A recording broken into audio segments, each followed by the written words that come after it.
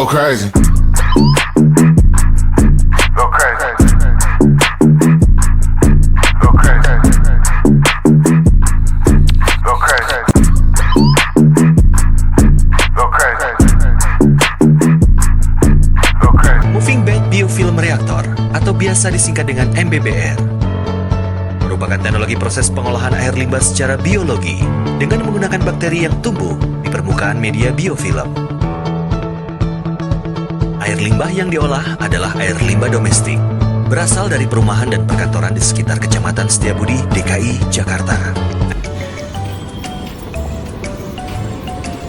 Halo guys, kami dari kelompok 5 ingin sedikit menjelaskan tentang apa itu pengolahan IPAL atau instalasi pengolahan air limbah. Nah, pertama-tama industri petrokimia. Industri petrokimia itu adalah merupakan salah satu sektor penting untuk pembangunan ekonomi. Kenapa? Karena produk yang dihasilkan itu dapat digunakan dan dimanfaatkan untuk berbagai kebutuhan pembuatan bahan barang lainnya, seperti pembuatan bahan baku untuk membuat cat, kemudian bensin sebagai kita menggunakan kendaraan sebagai bahan bakar, yang terakhir yaitu resin untuk pembuatan plastik. Nah, tapi di industri petrokimia ini menghasilkan air limbah yang begitu banyak sehingga berpotensi merusak lingkungan. Nah, air limbah ini mengandung beberapa senyawa organik, minyak, zat pengotor, dan juga bahan kimia yang berbahaya yang dapat merusak lingkungan dan ekosistem. Nah, oleh karena itu, setiap industri itu wajib untuk memiliki IPAL atau pengolahan air limbah sendiri supaya limbah yang dikeluarkan itu dapat diolah sehingga tidak merusak lingkungan. Nah, kami di video ini, kelompok 5 akan menjelaskan sedikit tentang IPAL. Limbah cair industri petrokimia umumnya berasal dari proses produksi, pencucian alat, pendinginan, dan reaksi kimia. Limbah ini memiliki nilai chemical oxygen demand dan biological oxygen demand yang tinggi.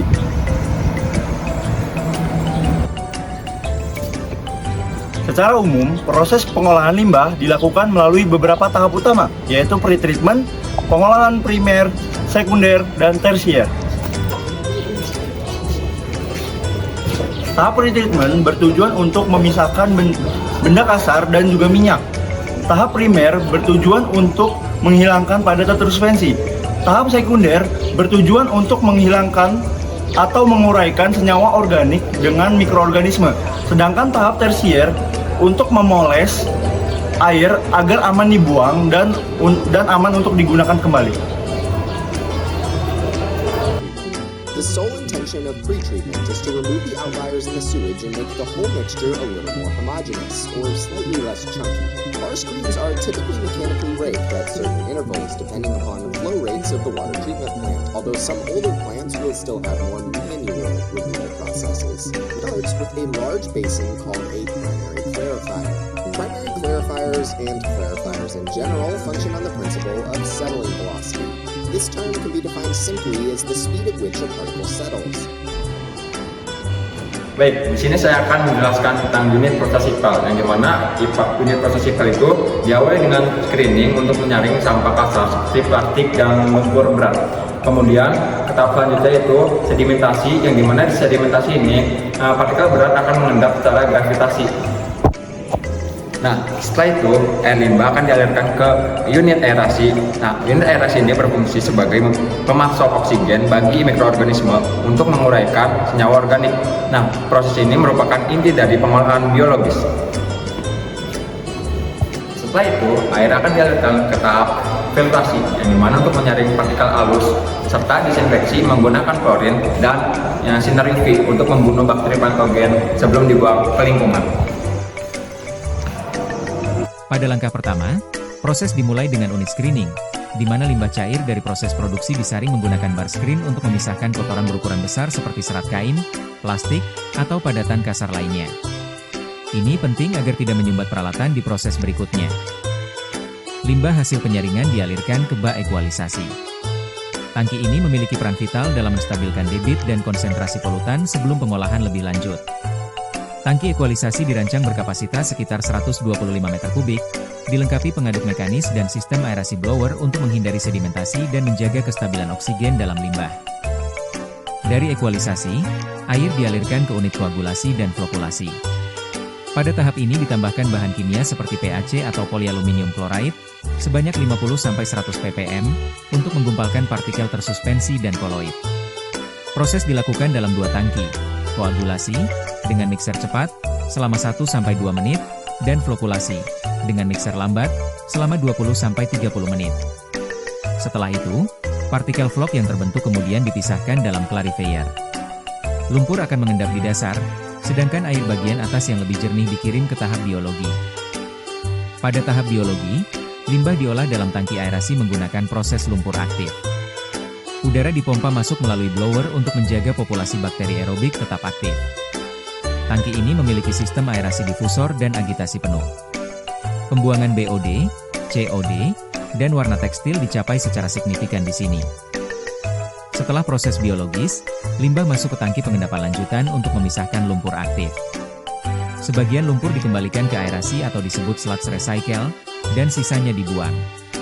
Selanjutnya, air jernih dari tangki pengendapan atau clarifier kemudian difiltrasi menggunakan media pasir dan karbon aktif. Unit ini menghilangkan warna, bau, dan sisa partikel mikro yang masih lolos dari proses sebelumnya.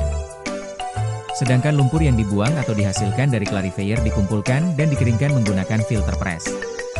Lumpur padat kemudian dibuang ke landfill sesuai standar baku mutu.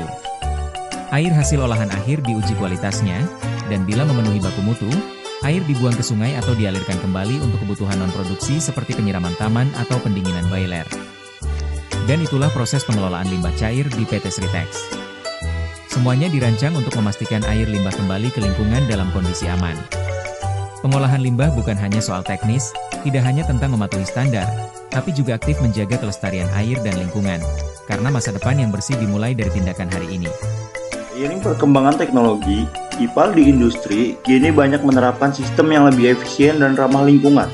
Salah satunya adalah penggunaan bioreaktor modern seperti MBBR atau membran bioreaktor. Teknologi membran mampu menyaring polutan berukuran sangat kecil sehingga menghasilkan air olahan berkualitas tinggi. Selain itu, beberapa industri menerapkan sistem reuse, yaitu penggunaan kembali air limbah yang telah diolah untuk proses pendingin atau pencucian. Pendekatan ini tidak hanya mengurangi pencemaran, tetapi juga menghemat konsumsi air bersih.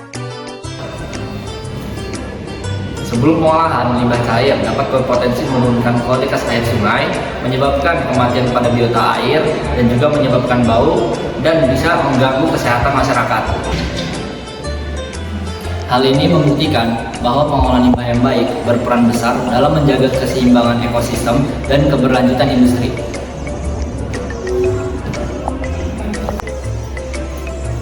Namun setelah melalui sistem IPAL, parameter pencemar seperti biological oxygen demand, chemical oxygen demand, total suspended solid, dan minyak dapat diturunkan secara signifikan hingga memenuhi baku mutu lingkungan.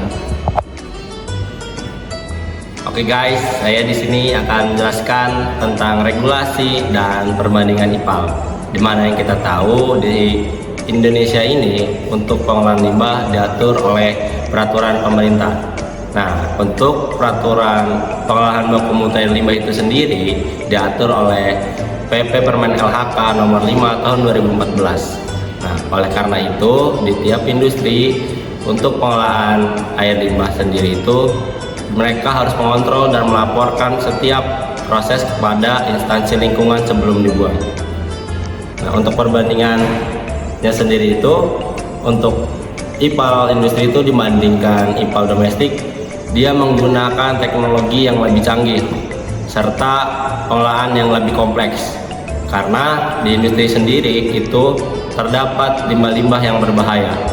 Namun untuk kedua pengolahan ini maupun IPAL domestik atau IPAL industri memiliki manfaat yang sama, yaitu mengurangi polusi air sebelum dibuang ke lingkungan. Terima kasih. Berdasarkan hasil observasi, sistem IPAL di industri petrokimia mampu mengolah limbah cair secara efektif dengan proses fisika, kimia, dan biologi. Penggunaan teknologi modern dan penerapan reuse air limbah menjadi salah satu langkah menuju industri industri berkelanjutan. Kedepannya disarankan untuk peningkatan teknologi supaya mengoptimalisasi proses biologis, dan disarankan juga mengedukasi pekerja untuk supaya meningkatkan kinerja IPAL yang lebih maksimal. Dengan pengolahan limbah yang baik, industri dapat berkembang tanpa mengorbankan lingkungan.